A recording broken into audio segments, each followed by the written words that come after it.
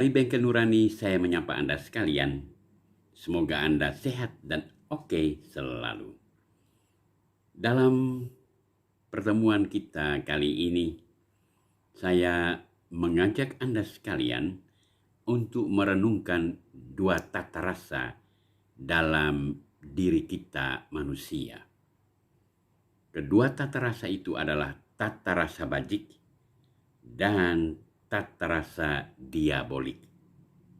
Dengan kata lain, tata rasa bajik adalah sifat-sifat Allah yang ada dalam diri kita, dan tata rasa diabolik adalah sifat-sifat setan yang ada dalam diri kita. Tata rasa bajik itu nampak dalam sikap-sikap yang baik, seperti yang pernah dilukiskan oleh Santo Paulus dalam suratnya kepada jemaat di Galatia. Ia katakan bahwa buah roh ialah kasih, sukacita, damai sejahtera, kesabaran, kemurahan, kebaikan, kesetiaan, kelemah lembutan, penguasaan diri. Itu boleh dibilang tata rasa bajik. Sementara itu, tata rasa diabolik juga Santo Paulus mengungkapkannya secara jelas bahwa perbuatan daging telah nyata, yaitu percabulan, kecemaran, hawa nafsu, penyembahan berhala, sihir, perseteruan, perselisihan, iri hati, amarah, kepentingan diri sendiri, percideraan, roh pemecah, kedengkian, kemabukan, pesta pora. Itu adalah tata rasa diabolik dalam diri manusia. Antara dua tata rasa ini selalu ada semacam tabrakan. Dua tata rasa ini seakan-akan berjuang untuk memenangkan kita manusia. Kira-kira tata rasa mana yang ingin menguasai diri kita? Apakah tata rasa bajik atau tata rasa diabolik? Bagaimana agar kedua tata rasa ini, terutama tata rasa bajik, bisa bertumbuh di dalam diri kita? Karena harapan seorang yang normal, yang baik adalah kalau bisa tata rasa bajik itu bertumbuh dalam dirinya, sehingga hidupnya sungguh-sungguh merupakan suatu pancaran kehadiran Allah di tengah dunia ini, di tengah sesamanya. Ketika seseorang dikuasai oleh tata rasa bajik, maka ia akan menjadi pribadi yang penuh rasa belas kasih, pribadi yang penuh cinta, pribadi yang peduli, pribadi yang senantiasa tergerak hatinya untuk mengulurkan tangan bantuan kepada sesama. Tetapi manakala tata rasa diabolik atau tata rasa setan menguasai kita, maka yang pasti bahwa hidup kita akan penuh dengan berbagai macam sikap yang memungkinkan orang lain menderita, bahkan diri kita sendiri menderita. Karena bayangkan ketika orang hidup dalam kebencian, hidup dalam permusuhan, hidup dalam kemarahan terus-menerus, dan sebagainya. Apakah ia rasa bahagia? Apakah dia akan merasa sukacita? Tentunya tidak. Oleh karena itu, maka supaya orang bisa bertumbuh di dalam tata rasa yang benar, yaitu tata rasa bajik, orang mesti berjuang untuk senantiasa membekali dirinya dengan kehidupan doa atau kehidupan spiritual yang baik. Kita mesti menyadari bahwa kita hidup di zaman yang penuh dengan berbagai macam kemudahan, dunia yang glamor ini juga menyimpan berbagai macam tawaran yang bisa membuat kita baik, tetapi juga membuat kita sesat.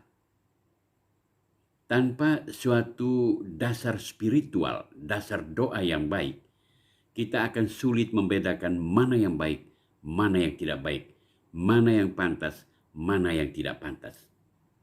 Kita bisa lihat bahwa dunia kita yang penuh dengan berbagai macam kemudahan ini ternyata juga membuat kita mengalami persoalan dan masalah di dalamnya. Bahkan masalah-masalah itu bukan masalah yang sederhana, masalah yang paling rumit, dan kadang-kadang membuat kita tidak mampu untuk menghadapinya.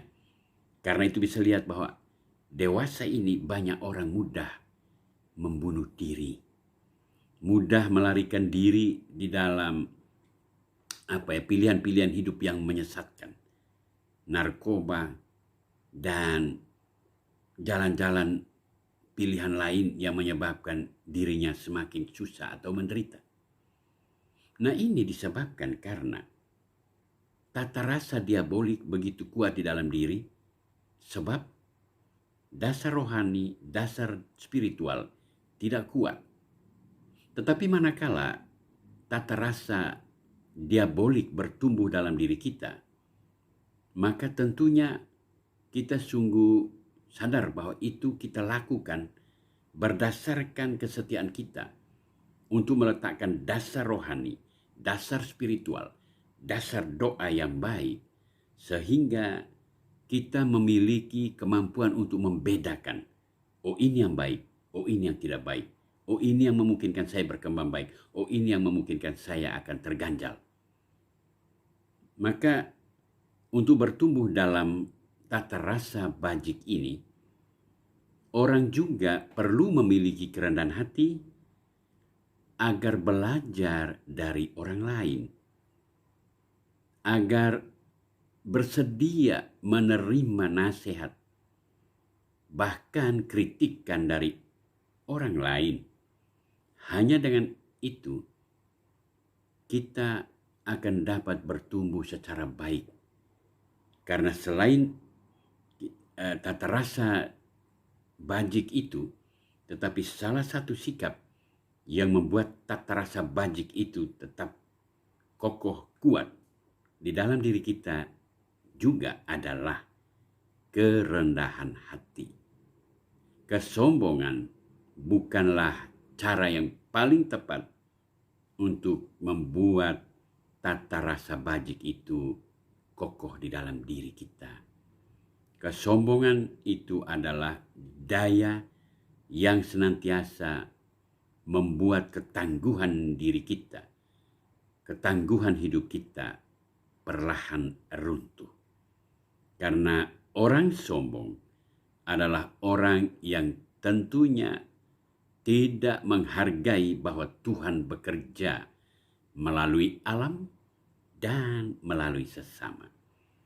Maka baiklah saudara-saudariku terkasih, kita berusaha agar tetap merawat sikap-sikap bajik di dalam diri kita atau tata rasa bajik di dalam diri kita, sehingga kita bertumbuh menjadi pribadi yang memiliki integritas, memiliki martabat dan citra diri yang baik. Hanya dengan itu kita sungguh-sungguh menjadi manusia yang berarti di hadapan Tuhan, berarti di hadapan sesama, dan tentu juga berarti bagi diri sendiri. Semoga kita semua menjadi orang yang berusaha untuk tetap merawat agar tata rasa bajik tetap tumbuh di dalam diri kita. Tuhan memberkati.